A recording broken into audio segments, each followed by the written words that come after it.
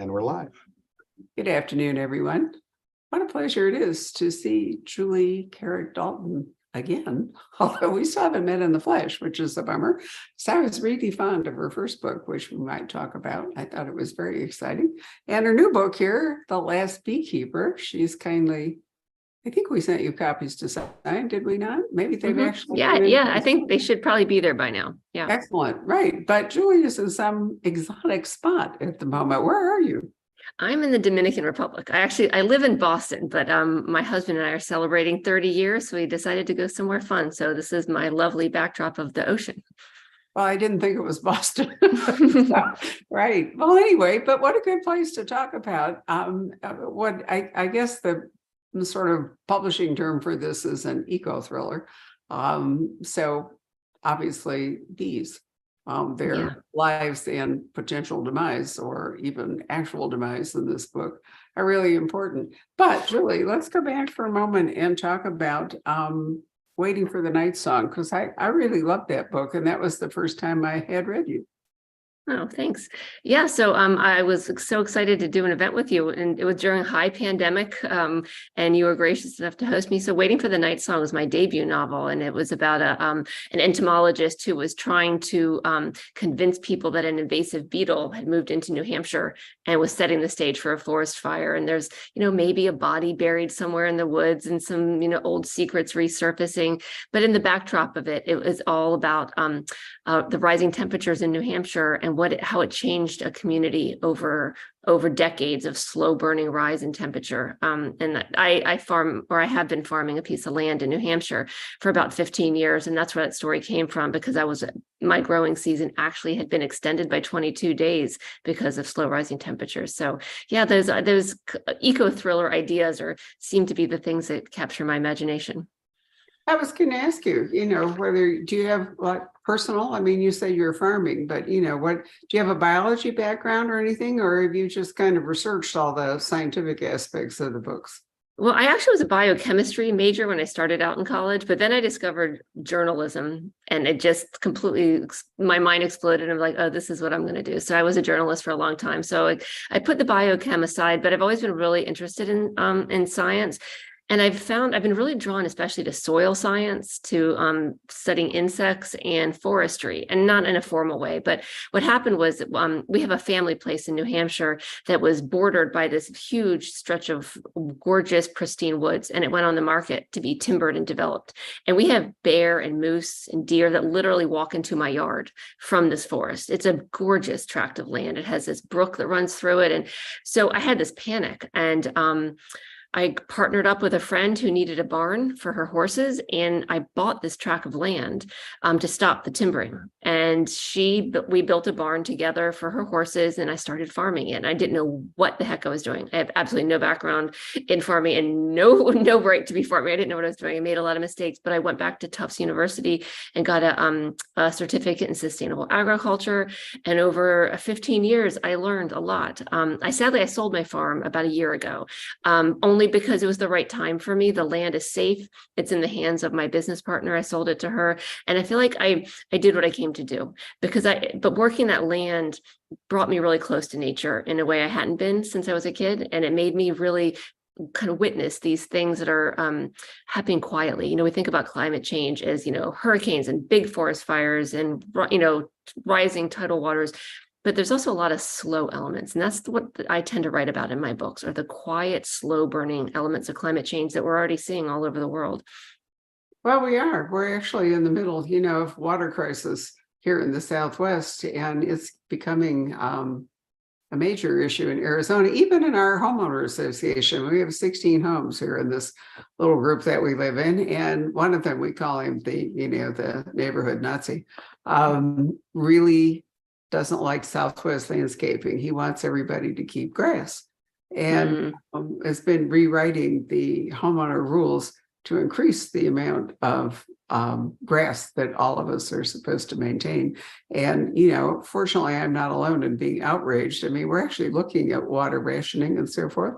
So we finally, my husband and I, in order not to have a complete war, worked it out to put artificial turf, tiger turf, which looks very nice, in the front, and all the rest of it is desert landscaping. And, it's important that we have, plants that attract the local insects. We have hummingbirds in our backyard that, we feed them, but also there's plenty for them back there. And I think that even not people farming, but people living, in their own homes with their own gardens, large or small, need to be thinking seriously about what to plant. I think grass is kind of on its way out. Yeah. I have a really nice pollinator garden. We built this tiny little writer cabin for me as an office. It's out of like salvage wood from an old barn, and I planted a pollinator garden. And I was really shocked about the increase in, different types of bees and butterflies that I was seeing in my yard just in the very first year I planted it. It was pretty shocking to me. And they're all, local they're all plants that attract local pollinators. They're native species. So there's a lot of little things, that we can do, just like you're doing, planting the right kind of things and just being thoughtful about it. But yeah, it's a lot. That's why the Last Beekeeper, where the idea came from, is I've also kept bees. And a couple years ago, I lost 40,000 bees in one day. And what happened, it was the hive was doing great. And I was really proud of it. I'd built the hive, the wooden box hive that you see. I'd built it with my own hands, with hammers and nails, and I was very proud of it. And the bees were doing great. They were thriving. They were filling out the frame with honey, and the brood, the cells of the baby bees are growing. They were doing great. And then one day in August, all 40,000 died. And it wasn't from colony collapse disorder, which is this sort of mysterious syndrome where bees fly away and don't return. So my bees came home. They just died in a pile. And what couldn't have been like viral or bacterial or, a fungal infection, because that would have happened slowly. So I took a breath. I'm like, okay, I'm going to try this again. So the next year I restocked my hive. And again in August, almost to the week, they all died again. And I came to realize that it was chemicals that people were using on their lawns in my very pretty suburban neighborhood. And I don't know who, I don't think that anybody did it on purpose, but these chemicals are legal. And so that's what inspired The Last Beekeeper, which is, for people who aren't familiar with the story, it's set in the very near future. Like it feels like a future that looks like today. It's not in the distant future with different technology or anything. It's could be next month.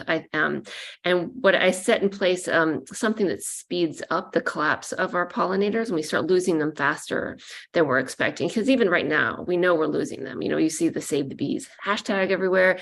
But in my book, I create a situation that speeds up the demise of our pollinators. And we're not ready. So it sends the world into this agricultural and food security crisis, which becomes an economic and political crisis. So that's the backdrop. And it was all inspired by those years that I lost my bees, because the second year, the same week, I lost the bees. So I was really thinking, what about the local pollinators? What about the native wild species? Are they dying too? And it just got in my head, and I kept churning this over and over in my mind. What if they all died? And that's where the story came from. And in The Last Beekeeper, I put it in the far enough in the future that it's believable that it could happen, and close enough to us right now that it's scary, it feels like it's a situation that could actually happen. I'm not sure, at least I didn't really think about the absolutely essential role of pollinators in agriculture. The thing is that for most of us, farming and raising food has become so distant. We're just used to going down to the store, and buying it. I really regret the loss of seasonal thing. I was talking to someone from the Midwest the other night, an author. And, when I was young, I could remember before the suburbs got to be so thick that I could go from Winnetka right down Hibbard Road, and there was corn in the fields and, wonderful Midwest ripe tomatoes. I haven't seen a decent tomato since I was in Turkey some years ago. And, you felt closer, but now you can buy seasonal food all year round at Costco. You can go and get cucumbers, you can do whatever. And I think, the rhythm of life when, it used to be like fall was apples and, and pumpkins, and, spring was whatever it was, May was asparagus and the whole bit. We've lost that, and it doesn't even feel like a treat anymore. Yeah. It used to be exciting, when the strawberries would come in, or you could harvest the asparagus, and it made you feel the whole change of seasons. But now it isn't really working that way. Yeah, and I do touch on that in The Last Beekeeper, in that the book is told in two timelines. My main character, her name is Sasha. She's the daughter of a man who is infamously known as the Last Beekeeper. And in one timeline, she's 11, and it's right before the collapse of the pollinators. In my book, I call it the Great Collapse. So when she's 11, she's living on this farm with her father, and it's very idyllic. It's beautiful. She's kind of a half feral child, runs around playing in the woods. She helps her father tend bees, and she loves her father. And it's a really wonderful time. And then the bees die off much more quickly than we expect. Her father's implicated in some potentially nefarious dealings involving bees. And then in the second timeline, Sasha's 22, and her father has been in prison for 10 years. And so she's kind of been adrift in the world. And she finally returns home to that farm, and it's been abandoned for years. And when she gets there, she feels that loss of, like what you're saying, the connection to the land that I think we all feel a little bit of these days. And so, it's a kind of a dystopian world. It feels a little bit like if you took the Great Depression and put it in the future. There's a lot of, there's not enough food. There's a lot of hunger, poverty, unemployment. So it has a little bit of a Great Depression vibe, even though it's in the future. It's the Dust Bowl, I think, more than the Depression. Yeah, Really yes, talking exactly. about the Dust Bowl. Yes, exactly. When the world around all those people, and that came actually from an agricultural mistake. Yes, exactly. Clearing all the land. Yeah. So it's like we have a hand in all this. And so when she comes home and goes back to her family's farm that's been abandoned, she, doesn't have much access to food. She has to literally go foraging in the forest and on the abandoned fields around her family's home. And she becomes very in tuned with the food that once grew there, that could grow there, and spends a lot of time trying to revive a patch of land to bring it back to life so that she can grow food there again, which to me felt very, I don't know, like a redemptive act of trying to save just this one patch of land and trying to grow the right food at the right time in the right place. Because you're right, we don't think about that anymore. And I think that reconnection to the land for Sasha was a really important character arc, because she'd been separated from the land, for 10 years after her father went to prison, and to come back and get her hands back in the dirt was really important. And I'll tell you a funny story about it. Is the second timeline, initially Sasha lived in a city, and it was longing to be back at the farm and reminiscing in her mind about all the good times she had with her family back on the farm, but she wasn't on the farm. And at one point my editor had to pull me aside and say, "Julie, what are you doing? Get her out of the city. The city is not your comfort zone of where to write. You need to get your characters where they can touch dirt, be in the forest and be in nature, or they're not going to be happy." And I was like, oh, okay. I thought I was making them complicated and interesting by making her longing so much to be back home. But really, I went into her city apartment. I packed all of her bags up and I moved her back out to the farm, and the whole story opened up when I did that. Because my editor was right. Not only does Sasha need to have her hands in the dirt, but I need to have my hands in the dirt. And so I learned a good lesson about that. So apparently I don't write city scenes very well, but maybe one day.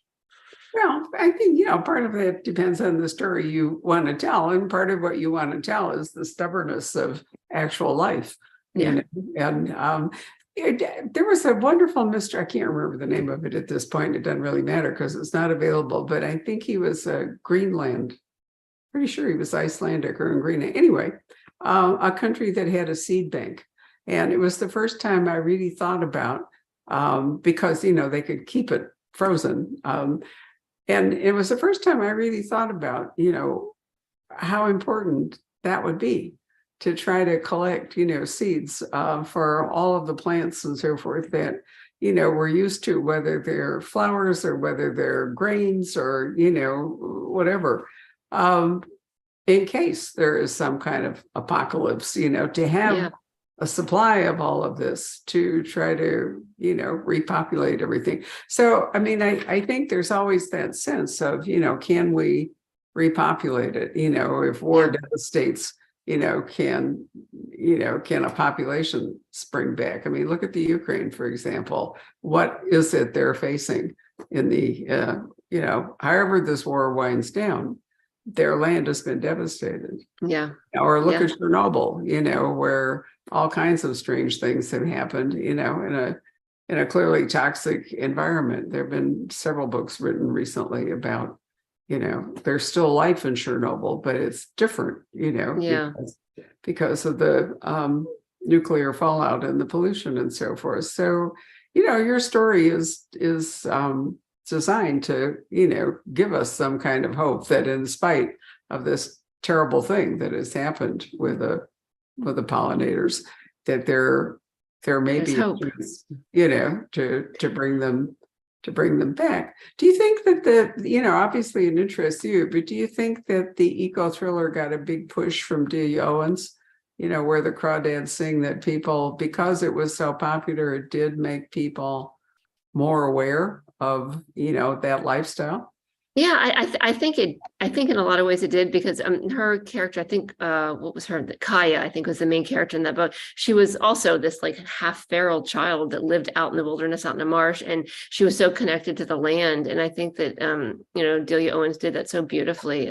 That was my favorite part of the book, is when Kaya was a child living in the marsh and just existing and coexisting, which I don't think we coexist very well. Humans don't. We like to exist and dominate a landscape, not coexist with it. And I think that Kaya in Where the Crawdads Sing just coexisted. And so that when that book came out, I had already written my first book, Waiting for the Night Song, and I had, we'd been shopping it around to editors, and the editor who ended up purchasing it contacted my agent and said, she's like, I really like this book. I'm going to try to, take it up the ladder to the publisher and get an okay on this. But she didn't like the comp titles that I was, the other titles I was offering is like, if you liked this book, you would like my book. She didn't agree with the titles I was giving her. And so she gave us 24 hours because her publisher was getting on a plane and wanted to take the book with me. So she's like, you need to have 24 hours before they get on the plane. And I want better comp titles. So I was like frantic. I had just gotten home on a red-eye flight from across the country. And I went to my local bookseller and I was like, here's what the book is about. Here's all the things that you need to know about the book. Please help me find a comp title. And she's like, well, this book just came out. I just read it. It sounds really interesting. And she, for you. And she picks it up, and it was Where the Crawdads Sing. And that was the book, the comp title we used to sell Waiting for the Night Song. So I do think it has a lot of weight, and it conjures up this element of like coexisting with nature in kind of in a symbiotic relationship, not in a humans dominating it kind of way. Whenever there's a enormous success like that, it does bring readers to awareness. I mean, people have asked me over the years, how do you know what the next big thing is? I actually fought with the publisher to get Delia to the store. It was such an unlikely book, to be a bestseller. And I think it was Delia and me and one other person, although, she signed a whole lot of, I wish I'd ordered thousands. I ordered a couple hundred, looking back, if I were really a genius, I would have had thousands. It was not a book that you would have expected at first glance, to have that kind of effect. But, looking back, I remind people that after Silence of the Lambs, there was a whole slug of serial killer books. After the Da Vinci Code, we got what I call Da Vinci clones. We got religious conspiracy thrillers all over. Yeah. And I think I don't know exactly what it is, whether it's reader awareness, whether people are trying to repeat the experience, whether, why is it that people, I wish I could answer that. Why is it that people flock to, right now we are deluged with women's stories about World War II. I've reached the point where I just can't read another, about a brave librarian or a brave book. And they're wonderful books and the stories are great. And that's not the issue.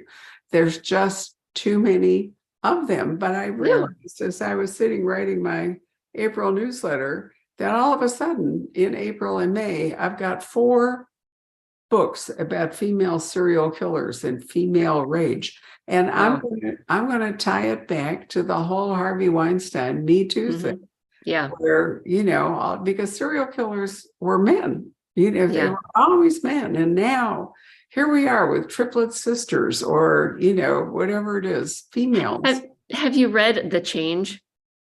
No. by Chris. Oh, I think you would love it. It came out, I think, in September or August, and I believe it was one of the book club picks, like Good Morning America or something. But it's about the three women of a certain age who are, going through the change, and they feel like they're invisible, and all their rage, like their menopausal rage, starts manifesting in superpowers. And it's not a silly story, though. It's like when I say superpowers, like one of them literally can manifest balls of fire when she gets a hot flash. It's channeling this, like this female rage of becoming invisible. And it's a wonderful book. It was, I think, Kristen Miller, I think is the author. It's called The Change. And it's a wonderful story of these three women who just refuse to become invisible. And I love this book. I recommend it to everybody. Oh, good. I will pay attention to it. If it wasn't a crime novel, I probably let it kind of fly by.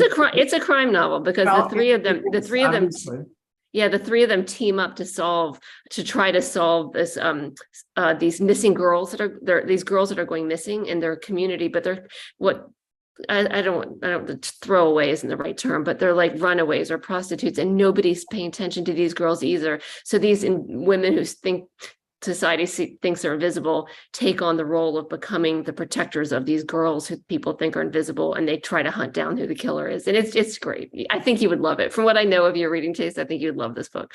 Well, thank you. It's always wonderful to have a recommendation. And I was just writing a little piece about the fact that, we're seeing female rage and female serial killers. So this may be the next trend. We may be moving away from heroic women performing extraordinary wartime duties to rage.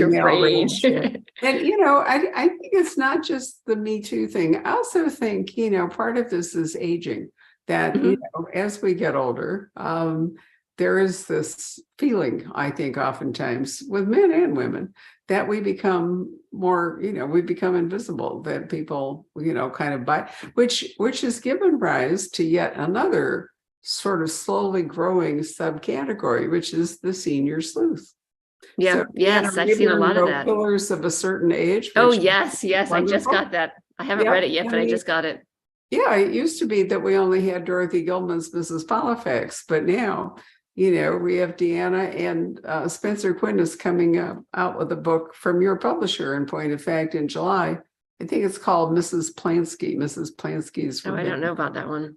Well, it is, I said, your publisher, Alexa, if you're watching. Yeah. I'll have to get a copy of that. Yeah, right. Alexa, I'd like a copy. There's been a couple with men too, but I think, it's in a way, it's giving power back to, or not giving back to, it's giving power to people who have felt themselves powerless. That they can't obviously do, super sleuthing. I mean, they don't have the stamina or the physical, capability of doing the hard takedown or whatever. So they tend to use, they're wily and they're curious. I love that. I love that. And oh, sorry, go ahead. No, I was just going to say, and because they're kind of invisible, they can snoop in a way that, is underestimated. It's kind of below the radar. So I love watching this kind of virgin. Can I tell you just a teeny teaser about the new book I'm working on? Because I think it fits into this conversation. So we don't have a publishing date. I signed a contract for 2 more books with Tor Forge. And the third book is going to be due in November. So I don't know what that means timing wise, but I'm thinking either late 2024 or early 25 probably. But it's also an ego thriller again, and it has to do with 3 women who live on or adjacent to a new subdivision that was built on a piece of deforested land. The idea of the deforestation came from this piece of land that I was protecting from when I bought my farm. But one of the women is a young girl just about to enter puberty. One is a woman in her 30s, and one is a menopausal woman who's got some rage going on. And the 3 of them are being very affected by the loss of this land in very different ways. And the forest has this kind of feminine vibe to the land. And so the forest, which is gone, it's been clear cut to build this community. The 3 women are drawn to this land in a way that they feel the grief of the land when the forest was gone, and that they kind of internalize this grief and come to believe that the forest is haunting them, whether it's real or whether it's psychological. You'll have to wait till 2024 or 2025 to find out. But it's about this piece of land and these three women at three very different pivotal moments in your, a female life of, being an 11-year-old, being in your 30s, trying to get pregnant, and in your mid 50s, and how that I don't know, some of this feminine connection to the land, which I'm really loving writing. I've been writing it here. I don't know if your viewers can see out my window, but I'm in the Dominican Republic right now, and I've been writing while I'm here, and I'm just like, I'm super excited about this book. And I definitely, it's not the biggest theme in the book, but the invisible mid-50s woman with a little bit of rage going on is definitely going to show up in this book. I love it. So the minute you hear clear cut, it just is depressing. I mean, I hate the very thought of clear cut. And yet I can say, Julie, that having, traveled enormously around, well, everywhere really, but also about this part of the country, when you see the horrible damage that the bark beetle has done, it makes me even, in many ways, makes me sadder than clear cutting. And, back in the South, when I lived in the Southeast, the lack of chestnut trees, the fact that, the chestnut blight had been, and when I grew up in the Midwest, it was the elm? I think it's the elm tree. There came a pest from someplace, the Dutch elm disease prevailed, and really, landscapes can change the whole vibe of the landscape and all. Trees are so crucial to it. I think what's going on in the Amazon at the moment, they keep clear cutting it to do more forestry, or to more, agriculture or whatever it is they're doing. But I spend a lot of money every year contributing to replanting trees, to replanting the chestnuts or whatever it is, because I do think that's a big part of what we're all looking at, as the planet is changing. And yet, let's be realistic. There's a reason there's coal in Siberia, and that at one point it wasn't frozen, or we wouldn't have coal, right?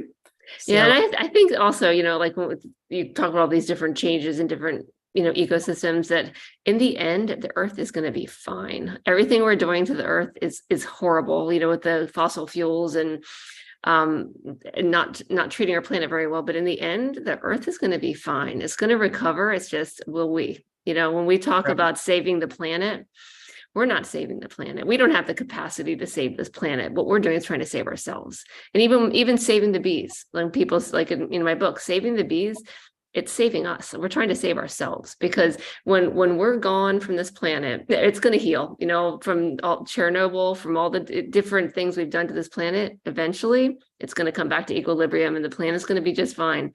We just won't be here. So I feel like when we say save the planet, save the earth, save, what we're really saying underneath it is, how can we save ourselves? Because Earth's going to be fine without us. So we just basically, it'll shrug us off, just like it shrugged off the dinosaurs or whatever it may be. I'm sure there have been, successive cataclysms of one sort or another, and also, at some point the sun will die, and there we go. So there are a lot of people, deeply interested in space travel and colonizing other planets, again, with the idea of saving ourselves. One becomes inhabitable, if our solar system goes down, where will we be? And I say all that, but I also feel really strongly about that. I have a lot of hope. Like, I write about dark topics, but I write about them through a lens of hope. Like, I think all the characters in my books, or at least the main characters, have a relentless capacity for hope, not a Pollyanna hope, not an unrealistic kind of hope, but I think that it's because I believe in that. I think I give that to my characters because it's the only thing I can believe in.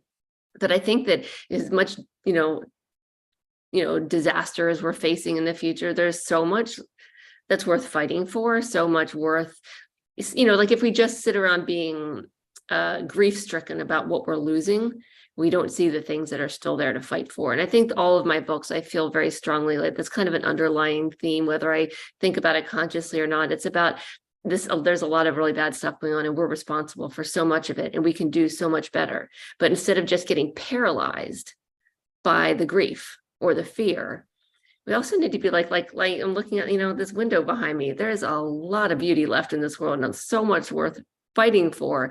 And so I think my characters embody that a lot, that they are in the midst of disasters, but they have hope and they have, a reason to fight to make things better. And I don't think I'll ever write a book that doesn't have that element in it. I don't know if I can, like the new book, and we know the one about the deforestation.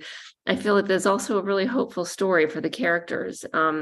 And I just think that it's too easy to just go dark and stay there. Like if you don't fight for that little sliver of hope shining through, like what do we have to fight for?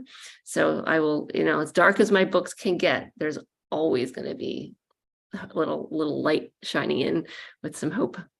Well, you believe in regeneration. Yes, So, exactly. that's really where it comes from. Well, what we haven't talked about are the squatters, because, a complication of the return to the farm that Sasha goes through is that she discovers they're squatters. And there's a phrase currently going around called found family. And I think that applies here, while she's initially unhappy, maybe scared, maybe outraged, whatever it is about the squatters, after a while, they do become a found family. Yeah, Meaning, that group. I think that means that, they're not tied by blood. They're, people who come together who are unrelated genetically, who, decide to create the sort of bond that a family that is genetically together would have. Yeah, and that group of characters, the squatters, are, I think, my favorite characters I've ever written in any like book or short story or anything. I love the group of them together. And so when Sasha returns to the farm that she grew up in, she goes back there with a purpose to try. She's trying to find some research that she believes her father hid somewhere on the farm. And so she has a goal and a mission when she returns, when she's 22, to find this research. And when she gets there, the squatters have taken over the farm. And again, if you remember, it's kind of like you said, kind of Dust Bowl era vibe, even though it's in the future. There's kind of a little bit of anarchy, food insecurity. So it's a little scary to approach squatters because they've taken over this property and she's can't fight them. So when she goes there, it's with her defenses up against these people. But pretty soon she warms up to them, they warm up to her. And when they do start to form a friendship, which, evolves into a family, she gets to a point where she starts thinking, maybe I don't need to be digging into my past anymore. Maybe I need to let the past go, let all this stuff with my father go, my history, not find his research, and just look forward into the future with this new family that I'm creating. And just when she gets comfortable with that idea of like, okay, I'm going to let it all go, I'm going to forget the past, she sees, or she thinks she sees, a honeybee. And that's something that turns, like, whether she's imagining it, is it a manifestation of her own guilt or grief? Is it a longing for her past, or is it a real bee? And then she has to wrestle with this huge question. And is it going to implode this family that she's created? So I give her everything she wanted. She gets a chance to find her father's research. She gets the chance to have a family, but they both can't coexist at the same time without possibly imploding all of it. So I put her kind of in a tight spot. But that family, they're all young people. They're all in their 20s, and they're all really different. They have very different backgrounds. They're all a little bit broken. And I really liked the idea of taking these very different characters and isolating them on this farm in the middle of nowhere, where they don't have their communities. They're like Sasha. They're all disconnected from their people. And they find each other and are able to build something new. And I just really love that idea of in all the brokenness, we can still build something new. And that's what I love about that little group of characters. So one of the phrases that was used to describe this book is called superior world building. And if you are writing, in fact, something in the future, you do have to do world building, because it isn't exactly the world that we live in. It's very important in science fiction and fantasy that you are a great world builder. But do you enjoy that part? Is that another reason that you like, this sort of book, is that you get to do world building? Yeah, I loved that part. In fact, I had done a lot more world building that actually showed up in the book. I had to dial it back because I got really granular. I had created an entire new currency system, and I went really far. All these different social classes of people related to the jobs they had in the new agricultural deal that I created. And it was just too granular. My editor was like, okay, all right, this is just too much detail about the economy and the financial structures, but I needed to know it. But I really felt like I inhabited this world, and I liked how it was both, like the future and the past at the same time. I liked how it was, where they lived on the farm, they were off the grid. So didn't have electricity and running water. They had to fend for themselves. They had to grow food based on, the resources they had. And so it was kind of going backwards and forwards at the same time. And that was difficult because they had the internet and modern technology exists, but it didn't exist for them. And so they were both living with it and without it at the same time. And that was kind of the line I was walking, of creating new elements in this world, while always looking back at our world, because the readers who are reading it are contemporary readers. And I want them to see themselves in the book, because I want them to feel like this could happen any minute. And like, what would I do, and how would I exist in this world where we've lost, doesn't seem to be much, there's a lot of lawlessness. There's, the food systems aren't intact. All the inequalities we already have are exacerbated. People who are food insecure now, in the future that I've created, it's worse. So I don't know, that was I spent a lot of time in my own head building that world. And I feel really proud of it, because I feel like I hit a note that it feels believable, and rich enough, but I didn't go too far into all the economics. Well, you're writing a thriller. In a thriller, if you were writing epic fantasy, which is like 2 or 3 times the length of your book, then you actually have the space to be that granular. And that's one reason I think people like epic fantasy. They want, you to create a geography. They want you to create currency. You have to create belief systems, social norms, all kinds of interesting stuff. But in a thriller, if you weigh it down too much, you lose the pulse of the action. And so, world building in a thriller is relatively rare, it seems to me. I really enjoyed it. And I also took a lot of inspiration, ironically, from like the Little House on the Prairie books, about the way that they farmed. Because I really loved those books when I was a little girl. And I used to kind of, in my head, imagine, fantasize about being a little girl on the prairie, and how they made do with so little and had to be creative and had to find their own fixes for things. So I feel like I was drawing from the past, the not so distant past in our country, but also merging it into the future, which was a fun challenge. You bet. Did you read The Martian by Andy Weir? Yeah. Yes, I did. I mean, I think that's another great example of it. He's got to fight off starvation, while he's, waiting to see what will happen, whether somebody will rescue him or not. But I thought that Andy did a really interesting job. Yeah, I love that whole world, the whole agricultural system he set up, and how he made use of the resources he had. So I love that kind of story. Yeah, no, I think it's fascinating. Well, a question that we often get is, what kind of books do you like to read? So I'll preempt Ian and ask you that question. We've talked about stuff that we both like, but anything else you'd like to throw into the mix? Well, I'll tell you, I actually have it right here, because it's the book I brought with me on vacation. Have you read this book, The Light Pirate? I've heard of it. It's by Lily Brooks Dalton, not related to me. She's a Dalton, but we are not related. I love this book. I think the world building in this book's amazing. It's also a near future climate. I don't know if you'd call it a thriller necessarily, but it has that kind of a character, kind of like Delia Owens' character Kaya in Waiting Where the Crawdads Sing, that she's a girl that's so in nature, but has some magical realism elements in it. It kind of pushes us into the future where Florida is completely altered by hurricanes and rising water. So it's almost uninhabited, that the only people who live there are living, in towns that are, or like cities that have been like half eaten up by the ocean, Right. or they're living in tree houses because the water has come in.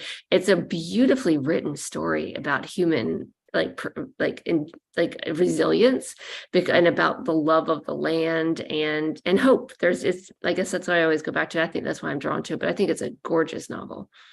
Well, I think Florida is actually at some risk of that happening. In fact, Yeah. there was trying to remember whether it was the Times or well, anyway, did a big feature on the Outer Banks Islands and how the ocean is basically eroding them. I think what's at risk there are basically vacation houses more than anything else. But the road has been eaten up, and the houses now either have to be moved back to whatever land is available, or so it's not like a food crisis or whatever it is. But it's clear that the rising oceans, and I remember when my husband and I were in Holland last time, which might have been 2018, something like that. Anyway, before the pandemic, they took us to see the North Sea water technology that Holland has developed.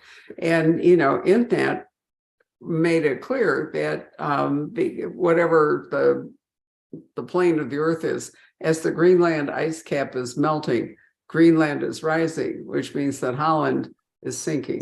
Yeah. And so their water management, their, sea management and all is becoming every day more crucial to them, because that we know that the Greenland ice cap is melting. I mean, I first went to Greenland, I can't remember, maybe 15 or so years ago, and you got to see one little place at the bottom of Greenland. Now you can take tours, you can sail around and you can land mid-Greenland. We did the Northwest Passage cruise, and there wasn't even any ice. They had an icebreaker to help the ship and the whole thing, and there wasn't any ice. So there weren't any bears, polar bears, the whole thing. So anyone who believes that, the climate isn't warming and that these things are going to happen is just willfully blinding themselves. So the question is, to what degree can we use ingenuity, technology, take advantage of what there is, and try to cope with all this? And I think the Dutch are really brilliant because they've had to learn all along how to do. They've been fighting the water forever. They have, and now it's becoming more acute, but they also have better technology to fight it with.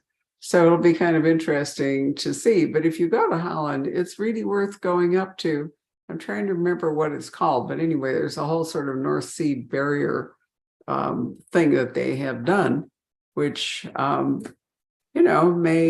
may give other people an opportunity. I mean, who knows what they're going to do in Miami or New York City. New York City is equally in danger. If, we had that flood a little while back, and things you wouldn't even think about, like wine cellars, were the subways. Well, the subway you would think about, but you don't realize, in these giant skyscrapers and so forth, how much underground machinery and so forth is required, to make them function.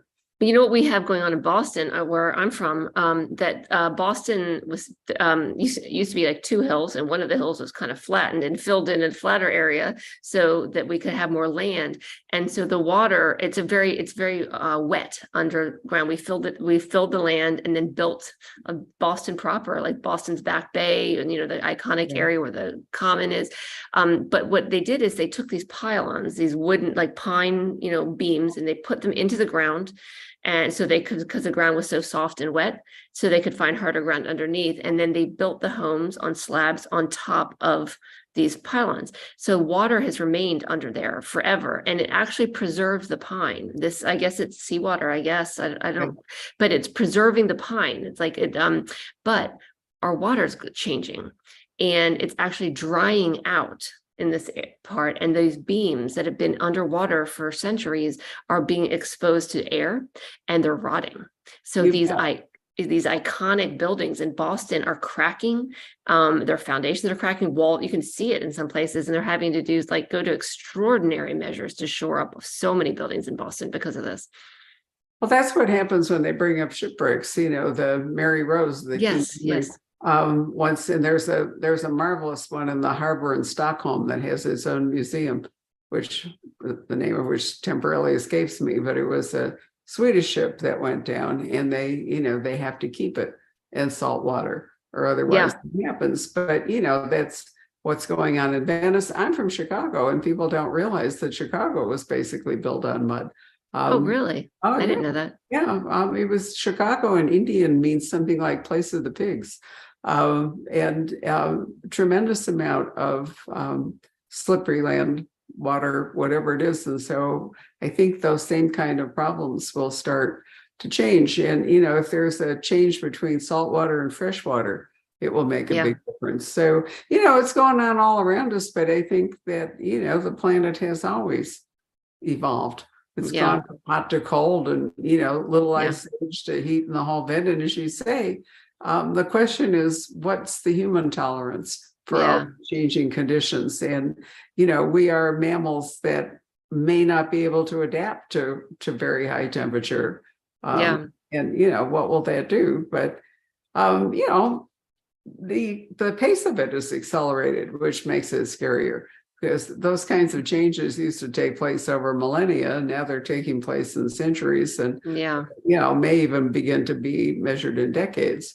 So I think a lot of the stuff like that you're talking about are things that I ruminate on a lot. I think about them, and I think that's why I write about them. In part because I think it's my own version of performing therapy on myself is writing, writing through what you fear, right? Yeah, writing about what I fear. I think like all of the 2 books I've already published and the 2 new books that I have under contract are all manifestations of my climate anxieties, but writing through them with hope. And I think that it makes me. I mean, it's not like I'm trying to say everything's going to be okay. And I never provide answers in the book. Like never be like, and now it's going to be fine because we have this new technology. I do not do that, but I do provide a reason to believe that there could be hope. And I think that it helps me, just psychologically work through these things to kind of think through them. So Jeff Vandermeer, he who wrote like Annihilation and was it Hummingbird Salamander? Is that what it's called? Yeah. So he was interviewed in The Atlantic a couple years ago, and I'm going to get the quote wrong, but the essence of what he said was that novels are laboratories for the future, and that novelists, like we can go into the future in our books are laboratories for how the world might be, and they might be a world we don't want to happen. And the effect will be people will read it and try to avoid that future. Or it can be an aspirational laboratory where we create a world that we hope will happen and try to inspire readers to make it happen. And I love that idea that every book is a laboratory for a world that could exist and that we get to create that world and then share it with people. And for me, that's like such an honor to like be able to create a world that other people might come visit and maybe get something out of it is I love that. I think I have the best job in the world. Well, that's a magnificent thought. And I think we should end on that and summon Ian up to see if there are any questions from viewers. At this hour of the day, probably not so many, Julie. It generally works out that people watch these in their own time and very often in the evening. So Ian, are you there? Hello? Yes. There he is. Okay. We do have a question here. Have your books inspired any changes in laws or in the actions of people? I'm not aware of any laws, but I get a lot of people asking me about, what we were talking about earlier about the bees, about what we can do to protect bees. And I think that it's a policy level decisions are the ones that matter the most. So being involved in local decisions, even in your municipality, your city, your neighborhoods, like, what you were saying, Barbara, about what kind of plants are allowed in your community, you're protecting the environment by being responsible for what you plant and helping to educate other people. And, like my pollinator garden, I don't have any delusion that my pollinator garden is going to change the world, but it is protecting pollinators in my community. And if a lot more people did that, it helps, just all those little things help, but the real things need to be on policy level. Like when I talked about my bees dying from a chemical poisoning, it's because the United States allows these chemicals to be used. Other countries don't. In Europe, that stuff is outlawed. That we're not allowed to. They're not allowed to use them there. So if we could just have enough action, and so I think that there's small things we can do in our personal lives, but it's going to take bigger action. And I wish I could say my books have inspired that, but I do know I've had readers write to me telling me that they weren't that motivated about climate change before, but they read Waiting for the Night Song and they cared about the characters. And because they cared about the characters, by the end of the book, they cared about what happened to them, which meant they cared about climate change. And so if, even if a few readers are experiencing that change and doing small things, it's all I can hope for, for the impact my books can have. If it's bigger than that, that would be great. But that's all I know of. Saving the world one person at a time. That's sort of how it works. Anything else, Ian? How do you select the names of your characters? That's it's funny that I let my daughter named Sasha. And I have 3 girls. I have 3 daughters and a son. My oldest daughter named Sasha because I wanted a character who had a nickname that came from a traditional name that you might not recognize. Her name's Alexandra, but she goes by Sasha because in her adult life, she doesn't want people to know she's the daughter of the Last Beekeeper. So I wanted a nickname that she didn't need to legally change. And so my daughter came up with Sasha. The character Octavia in that book is a nod to one of my favorite writers in the world, which is Octavia Butler. She's a bookseller in the Last Beekeeper. And many of the other characters, they just sort of came to me. They weren't names that have any particular meaning. They just Hallie's name was just Hallie. So sometimes they're functional. There's a character, I'm not going to do any spoilers, but she goes by 2 different names in the book and she almost plays 2 different characters, but it's the same person. You don't really quite recognize it. So I need her name to do some extra lifting. And if you have time to indulge one quick story, in Waiting for the Night Song, there's a character named Garrett, who is he's a main character in the book. And I named him, or I created this character after a boy I used to see sitting on the end of a pier. Year after year after year, I would go kayaking by his pier, and this little boy was always sitting there alone growing up, and I wrote him as a character in Waiting for the Night Song. And I named him Garrett after Garrett County, Maryland, which is where my grandmother's from, and she's who I dedicated my book to. So I named him Garrett after my grandmother. And when the book was published, I went to that boy's pier. He's an adult now. And I brought a copy of the book and I just said, hopefully you don't think this is creepy, but I saw you on this pier for years and it inspired an idea and I wrote a book and I just wanted to give it to you. Now he wasn't there, his mother was. And she said to me, Garrett's going to be so sorry he missed you. His name was Garrett. Wow. So sometimes these things come to us from places we can't explain. So I just, when the character names himself, I just go with it. And finally, what do you find more challenging, beginning the writing of a book or deciding when to end the book?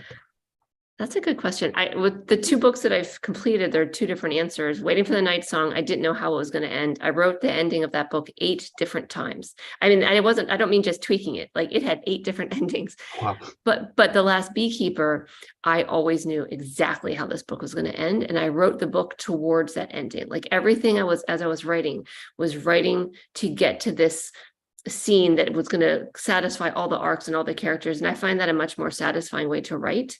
And that's what I'm also doing in my 3rd book. So I feel like if you can get an idea of an ending or just a general idea of an ending, for me, it makes the writing easier. I have a harder time starting a book, of knowing where to start and when to start. But I think it's probably different for everybody. Great. Thank you. Sometimes as an editor, I can say that finding the right start is a very difficult thing. We published a book years ago that won the Seamus Award for Best First Private Eye Novel. And when I read it, I went back to the author and I said, this book actually starts on the 3rd page of chapter 3. And he was like, no, I don't want to change it. I said, no, really. I said, this is where the book starts. And so sometimes you have to write a lot in order to get to the place where the book starts, but then you have to realize they have to get rid of the stuff that got you to that place or move it. You don't necessarily have to throw it away. Sometimes you just have to move it later into the story. But, a great start is just as important as a satisfying ending. Yeah. And I feel like the ending and the beginning and the ending of a book in some ways need to be in conversation with each other, even if the reader doesn't realize it as they're reading. I feel like when you finish a good book, the ending should reflect back on the beginning in some way.